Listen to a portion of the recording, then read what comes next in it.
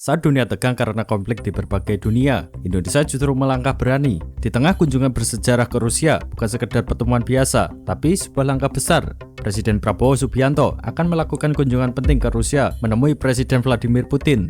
Pertemuan ini akan mencakup kerjasama yang luas. Ada 4 dokumen mencakup lingkup kerjasama yang luas, sains dan pendidikan, kerjasama di bidang pembuatan kapal dan transportasi, dan kerjasama di bidang teknologi informasi dan komunikasi, serta media massa. Apa makna dari perjanjian ini? Kenapa harus Rusia, bukan negara lain? Dan apakah ini awal dari babak baru hubungan Indonesia dan Rusia? Indonesia adalah negara besar dengan potensi luar biasa, tapi selama bertahun-tahun kita menghadapi 3 tantangan utama.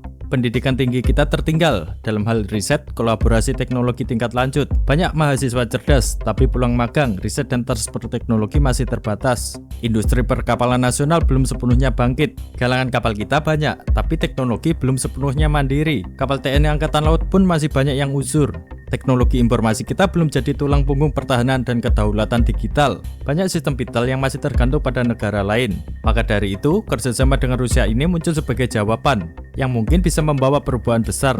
Tapi di balik harapan selalu ada tantangan yang harus dihadapi. Kerjasama ini bukan tentang berpihak ke timur atau barat. Ini tentang berpihak ke masa depan Indonesia. Kita butuh teknologi, kita butuh ilmu, kita butuh kekuatan industri.